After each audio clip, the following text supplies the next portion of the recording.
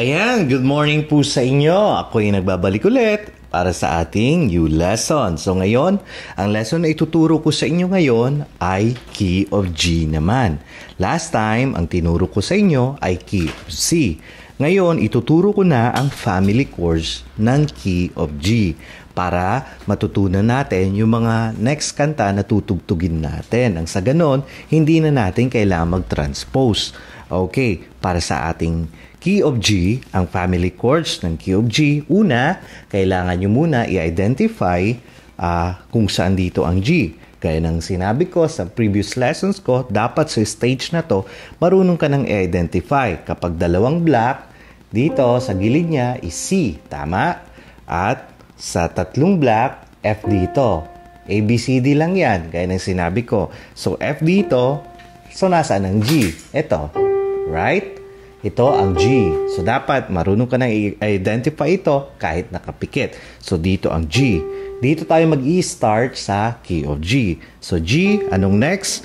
A, B, C, D lang yan. G, dahil wala namang H na note, di ba? So, A, G, A, B, C, D, E, F, G, tapos babalik ulit ng A.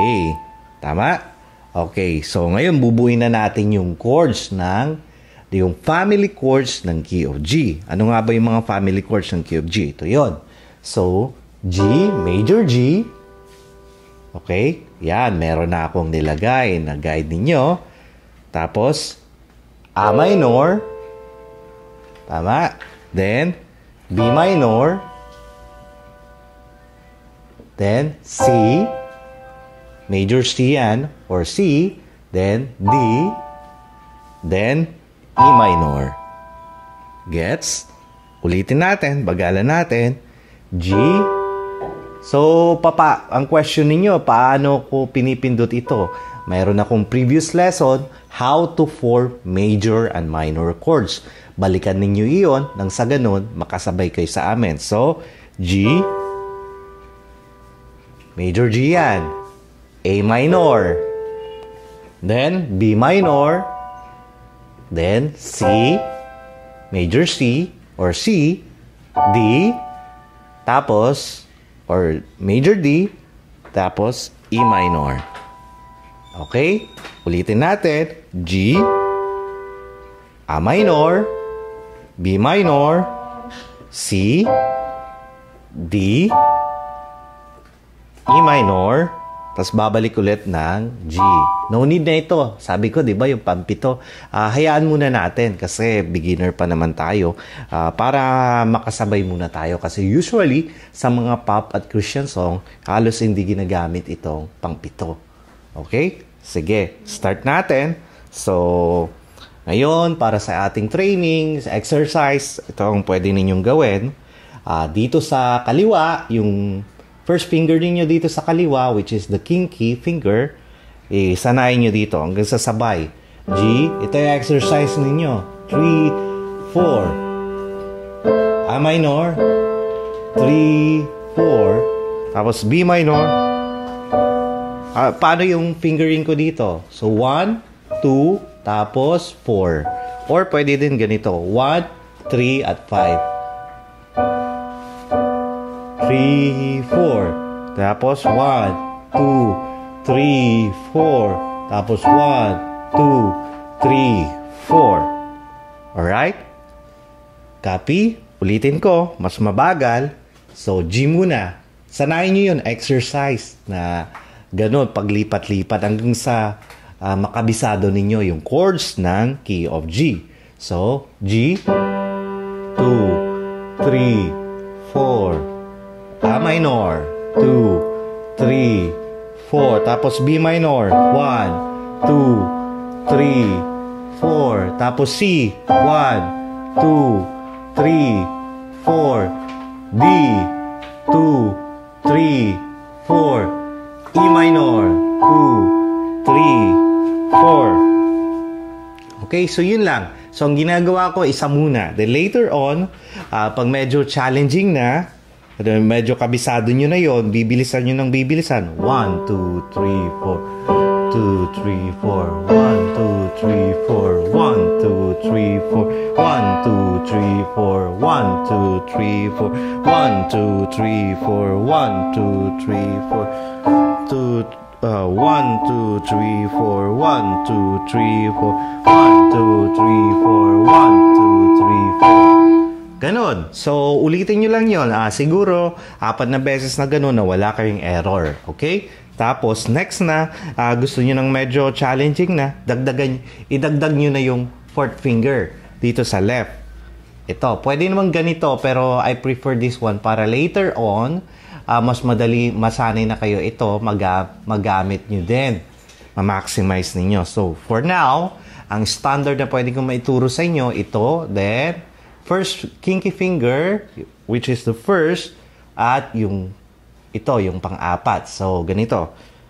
1, 2, 3, 4, 1, 2, 3, 4, 2, 3, 4, 1, 2, 3, 4. 1, 2, 3, 4. 1, 2, 3, 4. Kung papansinin ninyo, ang tinutugtog lang nitong, same lang, parang inuulit mo lang. Kung dito, ang tinutugtog mo ay G, B, sa key of C. Ito naman, ang tinutugtog mo lang ay yung una at panglima. Hindi mo na tinutugtog yung gitna. Okay? So, G at D lang. Kung G ang tinutugtog mo na chord. So, for example, sa G, 1, 2, 3, 4. 1, 2, 3, 4. Tapos sa A minor, 1, 2, 3, 4. 1, 2, 3, 4. Tapos sa B minor, 1, 2. Pag nahihirapan ka dito sa kaliwa, sanayin mo muna siya mag-isa. 1, 2, 3, 4. 1, 2, 3, 4.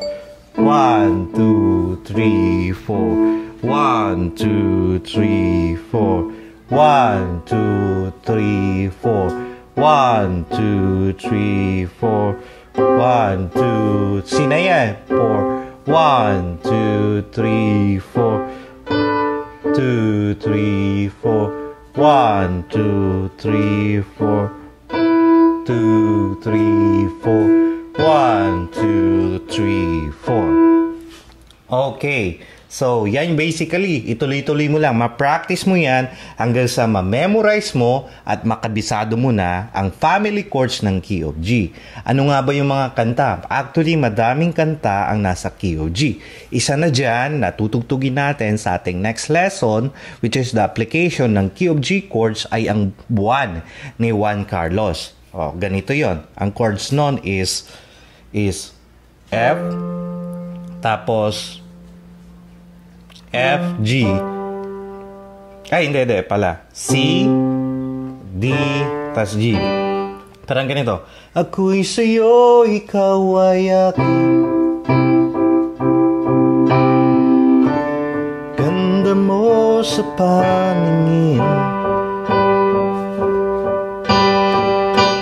Ako ngayon'y nag-iisa.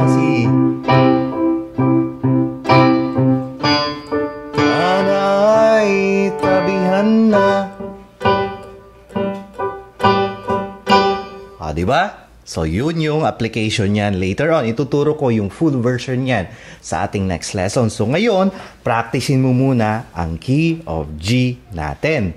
Okay, so yun lamang. So, ituloy-tuloy mo muna yung practice hanggang sa masanay ka, kahit pumikit ka, kabisado mo na. G, A minor, B minor, tapos C, D, E minor, tapos G.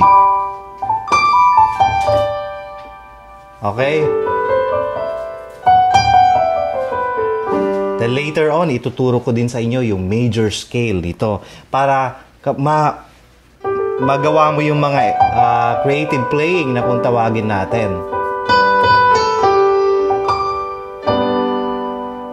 Okay? Sige. See you sa ating application.